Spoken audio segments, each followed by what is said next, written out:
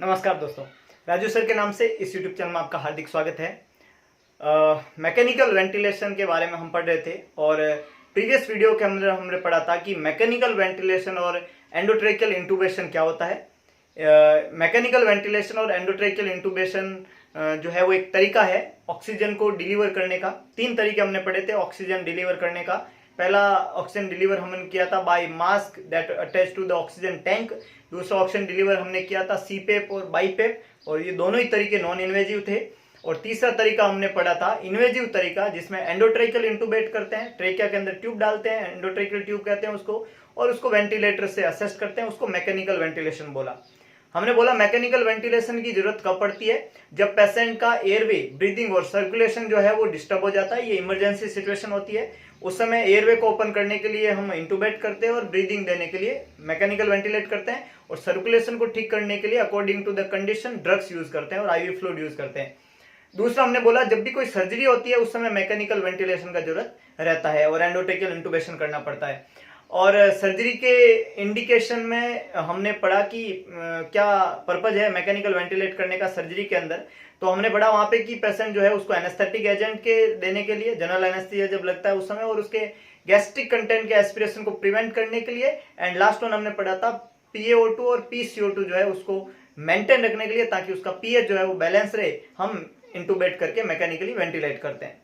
Now आज हम पढ़ेंगे ये जो मैकेनिकल वेंटिलेशन है इसके मोड क्या होते हैं, है ना। जो वेंटिलेटर मशीन होती है वो जब काम करती है वो तो डिफरेंट मोड पे काम करती है। तो इसके 2 इंपॉर्टेंट मोड्स है, जैसा यहाँ पे मैंने ड्रॉ किया है। एक मोड जो है, इस मोड को हम नाम देते हैं कंटिन्यूअस मोड। एक मोड जो होता है इसको हम क्या नाम देते हैं, कंटिन्यूअस मोड। और दूसरा मोड होता है उसको हम नाम देते हैं इंटरमीडिएट मोड। देखिएगा, हर मरीज जो वेंटिलेटर पे होता है, जरूरी नहीं कि मरीज खुद से सांस नहीं ले रहा है। कभी कभी मरीज बिल्कुल सांस नहीं लेता और कभी कभी मरीज के कुछ एफर्ट होते हैं। तो जब मरीज का बिल्कुल इन्वॉल्वमेंट नहीं होता है तब तो हम उसको कंटिन्यूअसली वेंटिलेट करते हैं, और जब मरीज के कुछ एफर्ट होते हैं तो हम इंटरमिटेंटली वेंटिलेट करते हैं। मतलब मरीज के कोई एफर्ट नहीं है तो हमें ही लगातार उसको ब्रेथ देना है। लेकिन मरीज के अगर कुछ एफर्ट है, कभी वो ले रहा है कभी नहीं ले रहा है, तो जब वो नहीं ले रहा है तब हमने दे दिया, इसको बोलते हैं इंटरमीडिएट। तो कंटिन्यूअस का क्या मतलब हुआ, कंटिन्यूअस जो है वो does not allow for spontaneous breathing. ये कभी भी मरीज को सांस लेने के लिए अलाउ नहीं करेगा। क्यों? क्योंकि मरीज की सांस पे हमें विश्वास नहीं है, कल भी हमने पढ़ा था। और मरीज खुद से सांस नहीं लेगा, ये हम कंफर्म हो चुके हैं, इसलिए हम इस मोड पे रखते हैं, कंटिन्यूअस मोड पे। और ये मरीज को अलाउ नहीं करता है खुद से सांस लेने के लिए। तो जो मशीन है वो वहां पे काम करती है, न कि पेशेंट। हमने यहां लिखा है the machine not the patient doing the work. Machine काम करती है, न कि मरीज काम करता है। तो मरीज नहीं करेगा, मतलब मरीज ब्रीदिंग नहीं करता है, मशीन जो है वो सांस लेती है, या मशीन पेशेंट के अंदर सांस देती है और सांस निकालती है। तो ये मशीन काम करती है। It use when the patient is sedated. जब मरीज कंप्लीटली सेडेटेड है तब वो खुद से सांस नहीं लेगा, उस समय ये यूज करते हैं, that is during general anaesthesia.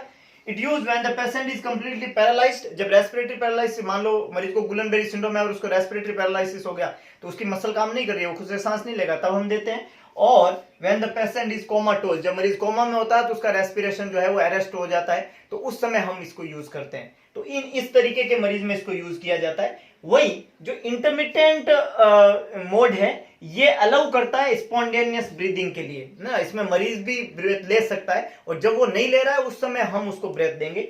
Patient जो है, patient can breathe between the set breath. जो हमने ब्रेथ सेट की है उसके बीच बीच में मरीज भी वहां पे ब्रेथ ले सकता है। और it use when the patient is conscious, ये तब काम में लिया जाता है जब मरीज क्या है, कॉन्शियस है और is able to take breath regularly. जब वो लगातार खुद से सांस ले सकता है तभी ये मोड काम में लेते हैं। जब मरीज सांस नहीं ले सकता तब हम कंटिन्यूअस मोड काम में लेते हैं। तो 2 मोड हो गए, one is continuous and one is intermediate. Continuous mode में स्पॉन्टेनियस ब्रीदिंग नहीं होती है, इसमें स्पॉन्टेनियस ब्रीदिंग होती है। कंटिन्यूअस मोड में मरीज जो है वो काम नहीं करता, मशीन काम करती है। और कैसे मरीजों में जो सेडेटेड है, पैरालाइज है, कोमाटोज है, यहाँ पे मरीज ब्रेथ ले सकता है सेट ब्रेथ के बीच में, और मरीज जो है वो कैपेबल है, वो कॉन्शियस है और वो रेगुलर ब्रेथ ले सकता है। तो एग्जांपल की बात करें तो इस मोड की जो कंटिन्यूअस मोड है इसका एग्जांपल है AC एंड CMV मोड। ये बहुत फेमस नाम है, आपने कई बार वेंटिलेटर में ये मोड आपको कॉमनली देखने को मिलेगा। AC मोड का फुल फॉर्म होता है असिस्ट कंट्रोल मोड, मतलब हम कंट्रोल कर रहे हैं, असिस्ट कर रहे हैं, मशीन कंप्लीटली असिस्ट कर रही है। और CMV is the continuous mechanical ventilation बोल सकते हो, या continuous mandatory ventilation. Continuous mandatory ventilation. तो एससी और सीएमवी मोड जो होता है वो कंटिन्यूअस मोड कहलाता है। वहीं इंटरमीडिएट मोड का एग्जांपल है एसआईएमवी, सिंक्रोनाइज इंटरमिटेंट मैंडेटरी वेंटिलेशन, एसआईएमवी। ये बहुत कॉमन मोड है, आप कई बार सुनेंगे, जब वेंटिलेटर सुनेंगे तो आप वहां पे नाम सुनेंगे साहब ये सीएमवी मोड है, ये एसआईएमवी मोड है। तो CMV is the continuous mode and SIMV is the intermittent mode. इसमें मरीज सांस नहीं लेता, इसमें पेशेंट स्पोनियस ब्रीथ कर सकता है, सेट ऑफ रेट के बीच में मरीज कैन ब्रेथ। और यहाँ पे सीएमवी में कंटिन्यूअस मैंडेटरी वेंटिलेशन है, या मरीज सांस नहीं लेता, उसको सांस के लिए अलाउ नहीं है, मशीन ही उसको सांस देने का काम करती है। तो ये दो मोड इंपॉर्टेंट है, एक मोड है कंटिन्यूअस मोड और दूसरा मोड कौन सा है, इंटरमिटेंट मोड। नाउ अब यहां पे हमने लिखा कि मैंडेटरी, कंटिन्यूअस मैंडेटरी वेंटिलेशन और असिस्ट कंट्रोल। तो जब हम वेंटिलेटर में मरीज को रखते हैं, वेंटिलेटर मशीन जब काम करती है तो सवाल उठता है कि हमारे कंट्रोल में फिर क्या है वहां पे, है ना। जब आपने किसी मरीज को वेंटिलेटर इंटुबेट करके वेंटिलेटर कनेक्ट कर दिया तो वो मशीन है, चालू कर दो, जैसे आप घर के अंदर पानी की मोटर चालू करते हो, अब मोटर पानी चढ़ा देगी, उसी तरीके से आप वेंटिलेटर चालू कर दो और वेंटिलेटर मरीज को सांस देता रहेगा। हमारे कंट्रोल में क्या है, तो वेंटिलेटर में कई सारी सेटिंग्स है जो हमारे कंट्रोल में है। तो सवाल उठता है कि वेंटिलेटर में हमारे कंट्रोल में क्या है, तो जवाब है कि जो जो हमारे कंट्रोल में है वो हम उसमें कंट्रोल कर सकते हैं। अच्छा, कुछ चीजें वेंटिलेटर में होती है जो हमारे कंट्रोल में नहीं होती है, तो हम उसको कंट्रोल करते भी नहीं है और कर भी नहीं सकते, है ना। जिंदगी में भी कई सारी चीजें हमारे कंट्रोल में होती है, कई सारी चीजें हमारे कंट्रोल में नहीं होती है। जो चीजें हमारे कंट्रोल में नहीं होती है वहां पे हम एडजस्ट करते हैं, जो चीजें हमारे कंट्रोल में होती है हम उसको तुरंत प्रभाव से बदल देते हैं ना, हम बड़े खतरनाक आदमी है।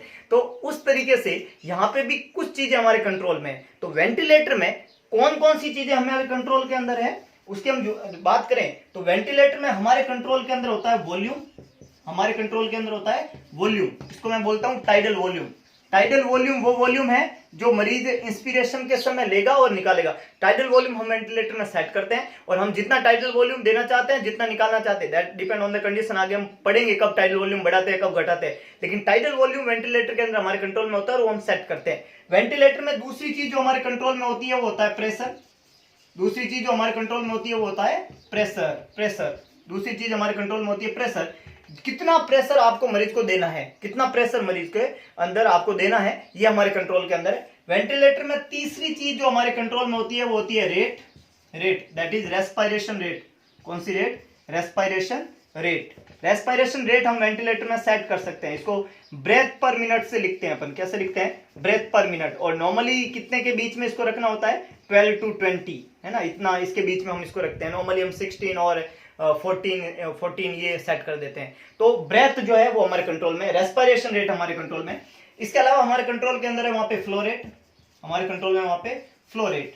फ्लो रेट जो होती है, फ्लो रेट वो वॉल्यूम अपॉन टाइम होता है, वॉल्यूम अपॉन टाइम, मतलब कितना वॉल्यूम वहां पे मरीज के लंग्स को डिलीवर करना है, इसको फ्लो रेट कहते हैं। तो फ्लो रेट हमारे कंट्रोल में होती है।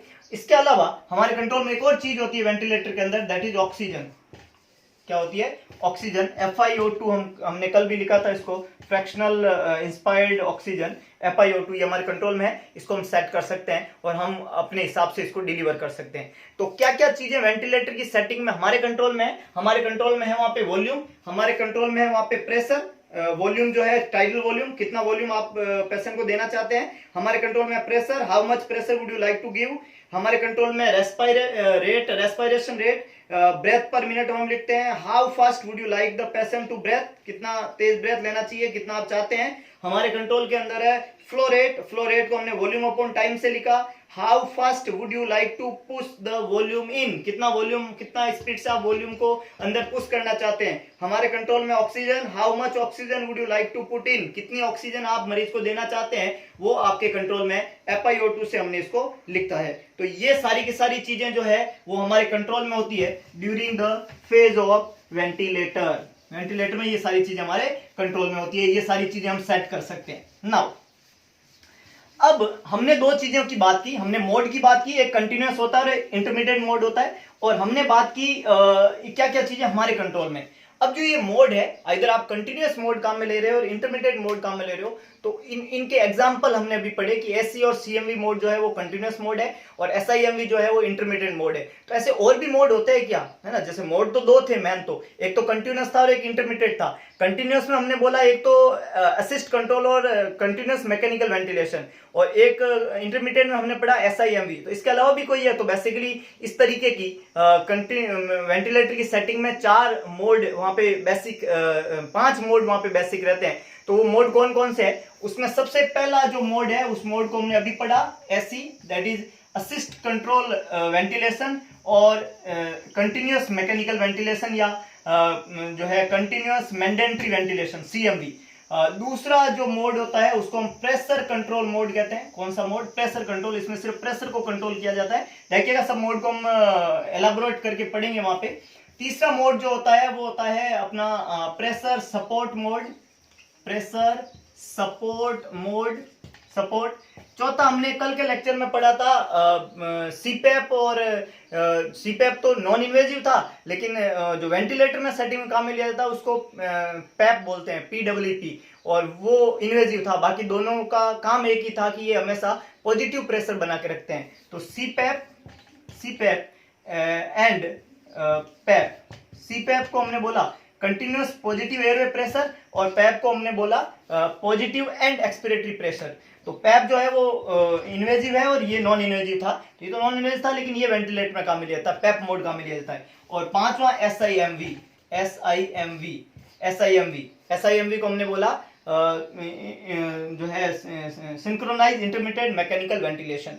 तो ये सारे के सारे वेंटिलेटर में मोड होते हैं। कंटिन्यूस और मैंडेटरी मोड के अंदर 5 इस तरीके की सेटिंग होती है, जिसमें assist control, control mechanical ventilation, pressure control, pressure support, continuous positive airway pressure और पॉजिटिव एंड एक्सपिरेटरी प्रेशर। ये वेंटिलेटर में काम में लेते हैं। ये नॉन इन्वेजिव होता है जो कि मास्क के थ्रू काम में लेते हैं। मशीन होती है CPAP मशीन, ज्यादातर जो स्लीप एपनिया वाले मरीज होते हैं उनके अंदर यूज किया जाता है। पॉलीसोमनोग्राफी एक टेस्ट होता है और ट्रीटमेंट CPAP होता है। जो लोग ओबीज होते हैं उनको ये प्रॉब्लम होती है, रात को खराटे बहुत आते हैं, स्नोरिंग होती है, उनके इलाज में काम में लेते हैं। और इसके अलावा SIMV synchronize intermittent mechanical ventilation, ये इंटरमिटेंट मोड है जिसमें मरीज ब्रेथ कर सकता है, ये हमने पढ़ा था। तो ये वेंटिलेटर के अंदर बेसिकली डिफरेंट टाइप की सेटिंग्स वहां देखने को मिलती है।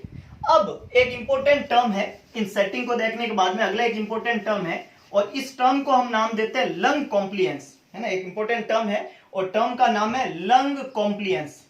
लंग कॉम्प्लियंस क्या होती है? लंग कॉम्प्लियंस वर्ड का मतलब है, इसको समझिएगा क्योंकि ये समझेंगे तभी आपको ये मोड कैसे काम करते हैं ये समझ में आएगा। कॉम्प्लियंस वर्ड का मतलब होता है एक्सपांड। लंग कितने एक्सपांड होते हैं ना हमारा पर्पज क्या है किसी मरीज के अंदर वेंटिलेटर यूज करने का, कि उसके लंग्स काम नहीं कर रहे हैं तो हम लंग्स में एल्वियोलाई को एक्सपांड करना चाहते हैं। तो लंग अच्छे से एक्सपांड होने चाहिए, ये हमारा मेन उद्देश्य है वेंटिलेटर जब मरीज को हम लगाते हैं तो लंग का कॉम्प्लियंस जो होता है वो किसके ऊपर डिपेंड करता है? वॉल्यूम और प्रेशर के ऊपर। लंग का कॉम्प्लियंस वर्ड का मतलब समझ में आया? लंग का एक्सपांशन, एक्सपांसिबिलिटी ऑफ द लंग। तो लंग की जो लंग कॉम्प्लियंस को मैं C से लिखता हूं, तो ये कॉम्प्लियंस जो है वो किसके ऊपर डिपेंड करता है? V upon P, volume upon pressure. जितना ज्यादा वॉल्यूम होगा और जितना कम प्रेशर होगा उतना लंग कॉम्प्लियंस गुड होगा। देखो, वॉल्यूम को बढ़ाओ और प्रेशर को कम करते रहो, कॉम्प्लियंस बहुत अच्छा होगा। तो अगर लंग कॉम्प्लियंस को अच्छा करना है तो वॉल्यूम को बढ़ा दो और प्रेशर को क्या कर दो? कम कर दो, तो कॉम्प्लियंस बहुत बढ़िया होता है। 2-3 फॉर्मूले याद रखिएगा ताकि आगे आपको चीजें बहुत अच्छे से समझ में आएगी। 3 चीजों में पहला फॉर्मूला मैंने लिखा है कि कॉम्प्लियंस जो होता है वो V अपॉन P होता है। अगर आप वॉल्यूम को बढ़ाओगे और प्रेशर को जितना कम करोगे कॉम्प्लियंस उतना अच्छा होगा। वॉल्यूम जितना कम होगा, प्रेशर जितना ज्यादा होगा, कॉम्प्लियंस उतना बुरी तरीके से बिगड़ जाएगा, मतलब मरीज को सांस गड़बड़ होएगा। तो अगर मैं वॉल्यूम को कांस्टेंट कर दूं, यहां पे वॉल्यूम को क्या कर दूं? कांस्टेंट। तो फॉर्मूला क्या बनेगा? इफ वॉल्यूम इज कांस्टेंट, अगर वॉल्यूम क्या हो जाए? कांस्टेंट हो जाए, तो फॉर्मूला क्या बनता है? C जो है वो व्युत्क्रमानुपाती होता है 1/P, ये फॉर्मूला बन जाता है। जब वॉल्यूम कांस्टेंट होता है तो C व्युत्क्रमानुपाती 1/P। इसका मतलब क्या होता है कि प्रेशर जो है, प्रेशर वो अगर आप बढ़ाओ तो कॉम्प्लियंस क्या होता जाएगा? कम, है ना। अगर आप प्रेशर को बढ़ाओ तो कॉम्प्लियंस क्या होगा? कम। आप प्रेशर को बढ़ाओ तो कॉम्प्लियंस क्या होगा? कम। प्रेशर को बढ़ाओ, कॉम्प्लियंस मतलब मरीज को सांस में दिक्कत होने लग जाएगा जब आप प्रेशर को बढ़ाएंगे। तो प्रेशर जो है वो व्युत्क्रमानुपाती होता है। अगर इफ प्रेशर इज कांस्टेंट, अगर प्रेशर जो है वो क्या होता है? कांस्टेंट होता है, तो C समानुपाती होता है V के। C क्या होता है? समानुपाती होता है V के। दैट मीन्स कि कॉम्प्लियंस कम होगा कब, जब वॉल्यूम क्या होने लग जाएगा, कम। बहुत सिंपल सी ट्रिक है। लंग कॉम्प्लियंस का क्या मतलब होता है, लंग का एक्सपांशन होना। लंग कॉम्प्लियंस का फॉर्मूला क्या है, C equal to V upon P. Volume जितना ज्यादा होगा कॉम्प्लियंस अच्छा होगा, वॉल्यूम जितना कम होगा कॉम्प्लियंस बुरा होगा।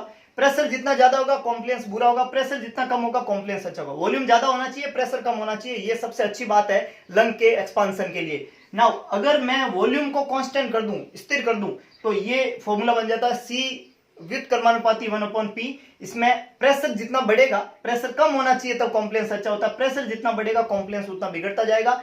और अगर मैं प्रेशर को कांस्टेंट कर दूं तो वॉल्यूम जितना कम होता जाएगा कॉम्प्लियंस उतना ही गड़बड़ा जाएगा।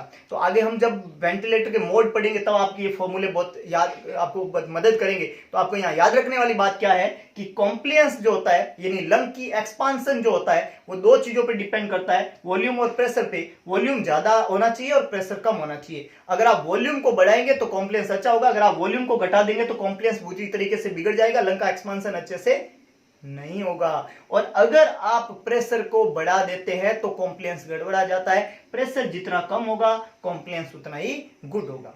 तो ये तीन बातें आज हमने पढ़ी। हमने वहां पे सबसे पहले पढ़ा कंटिन्यूअस और इंटरमीडिएट मोड, जिसके एग्जांपल थे SCCMV और SIMV। हमने वहां पे पढ़े कि क्या क्या चीजें हमारे कंट्रोल में है। हमारे कंट्रोल में वॉल्यूम है, हमारे कंट्रोल में रेट है, हमारे कंट्रोल में फ्लो रेट है, हमारे ऑक्सीजन है, हमारे कंट्रोल में टाइडल वॉल्यूम है, हमारे कंट्रोल में प्रेशर है। जो जो चीजें हमारे कंट्रोल में है वो वेंटिलेटर में सेटिंग में डाल देते हैं। फिर हमने डिफरेंट मोड पढ़े जिसमें SCCMV pressure support, pressure control, PEEP और इसके अलावा जो है SIMV मोड। और एक हमने चीज पढ़ी लंग कॉम्प्लियंस, और लंग कॉम्प्लियंस में वॉल्यूम और प्रेशर के ऊपर कॉम्प्लियंस डिपेंड करता है। वॉल्यूम ज्यादा होना चाहिए, प्रेशर कम होना चाहिए, कॉम्प्लियंस के लिए बढ़िया है। प्रेशर बढ़ाओ तो कॉम्प्लियंस गड़बड़ होगा और वॉल्यूम कम करो तो कॉम्प्लियंस गड़बड़ होगा। तो ये आज के लेक्चर में हमने पढ़ा है। आगे का हम नेक्स्ट वीडियो के अंदर डिटेल से डिफरेंट मोड पढ़ेंगे। अगर आपको वीडियो पसंद आया तो वीडियो को लाइक करें, वीडियो को शेयर करें और कमेंट बॉक्स में अपना सुझाव जरूर डालें। अच्छा बुरा कैसा भी, जो भी सुझाव है आप जरूर डालें। ये तो करें, लेकिन जो एक बात इंपॉर्टेंट है वो जरूर करें कि इस वीडियो को, इस चैनल को मैक्सिमम लोगों तक पहुंचाने की जिम्मेदारी उठाए। और ये जिम्मेदारी उठा के जब आप इस वीडियो को मैक्सिमम लोगों तक पहुंचाएंगे तो कई लोगों का भला होगा। और भला करके जब हम देखते हैं तो बहुत अच्छा लगता है। एक बार आप करके देखिएगा, जरूर अच्छा लगेगा। धन्यवाद।